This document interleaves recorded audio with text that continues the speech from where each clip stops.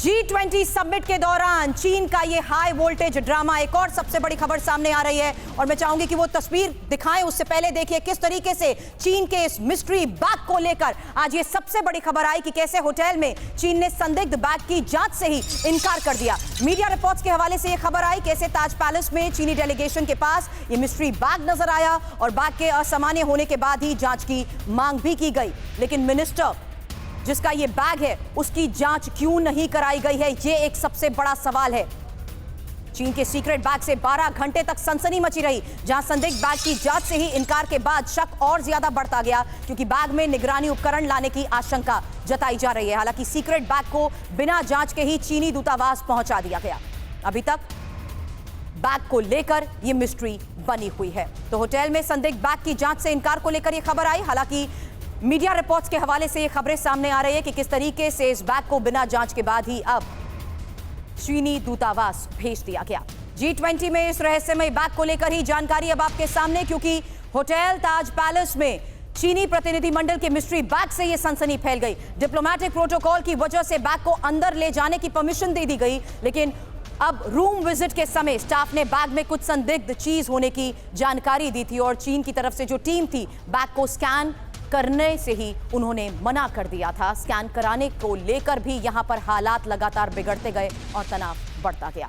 अब mystery bag में था क्या, यह एक सबसे बड़ा सवाल है, क्योंकि चीनी सूटकेस के अंदर की चीज रहस्यमय बनकर रह गई है। चीनी डेलीगेशन ने बिना जांच के बैग को चीनी दूतावास पहुंचा दिया और चीन के मिस्ट्री बैग में सर्विलांस सेटअप होने की आशंका जताई गई है। हालांकि सिक्योर कम्युनिकेशन को रोकने के लिए इस तरह के उपकरणों का इस्तेमाल किया जाता है और सर्विलांस सेटअप का आमतौर पर जैमर के तौर पर ही इस्तेमाल होता है, लेकिन इसके बाद कई बड़े सवाल हैं और उन्हीं सवालों पर अब नजर डालिए, क्योंकि चीनी डेलीगेशन को अपने बैग स्कैन से पास कराने में दिक्कत क्या थी, ये एक सबसे बड़ा सवाल बना हुआ है। और G20 में क्या जासूसी की ये कोशिश की गई है? हालांकि इंफॉर्मेशन वॉल पर अब वही बड़े सवाल आपके सामने होंगे, जहां ये जानना सबसे जरूरी है कि चीनी डेलीगेशन को अपने बैग स्कैन कराने से दिक्कत क्या थी। और इस बात को लेकर अब और सवाल उठ रहे हैं कि ऐसा क्यों किया गया, क्यों G20 में जासूसी करने के लिए सीक्रेट बैग लाया गया, ये एक महत्वपूर्ण सवाल है। हालांकि चीन के सीक्रेट बैग में सर्विलांस सेटअप था, खबरें ये भी मिल रही है।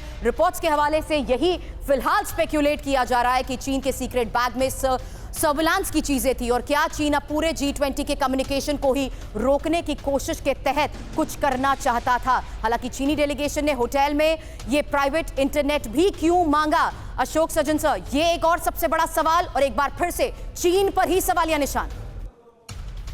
जी आप बिल्कुल ठीक कह रहे हैं सुरभि। देखिए, जो प्राइवेट इन्होंने इंटरनेट कनेक्शन मांगा है वो तो मेरे ख्याल से काफ़ी मेरे विचार से रीजनेबल और नॉर्मल लगता है, क्योंकि अगर आप एक पब्लिक उस पर आप एक्सचेंज करते हैं मैसेजेस वगैरह, तो उसको आप बहुत आराम से आसानी से कोई भी उसमें स्नूप कर सकता है, कोई भी उनको पा सकता है। तो ये वाली जो इंफॉर्मेशन कम्युनिकेशंस होती हैं, एक्सचेंज होता है, these are all privileged information, तो इसीलिए वो उन्होंने इंडिपेंडेंट कनेक्शन मांगा, इंडिविजुअल अपने लिए मांगा। तो I think there is nothing surprising about it. दूसरा, उनका जो बैग का है वो बिल्कुल देखिए, क्योंकि एक तरीका होता है सभी को अपने, ठीक है उनकी डिप्लोमेटिक इम्यूनिटी होती है, अगर मिनिस्टर आए हैं उनकी डिप्लोमेटिक इम्यूनिटी है, दे कैन गो। परंतु ऐसे कॉन्फ्रेंसेस में हमेशा यही कहा जाता है दैट एवरीवन जो बेसिक सेंडिंग इट थ्रू जो आपके वो स्कैनर्स हैं उसके थ्रू आपको भेजने पड़ते हैं सब बैग्स, एंड ऑल डेलीगेशन सब इसको ऑब्जर्व करती हैं। Protocol and there is a security check sir, लेकिन चीन की तरफ से किए गए इस हरकत पर अब सवाल जरूर उठ रहे हैं।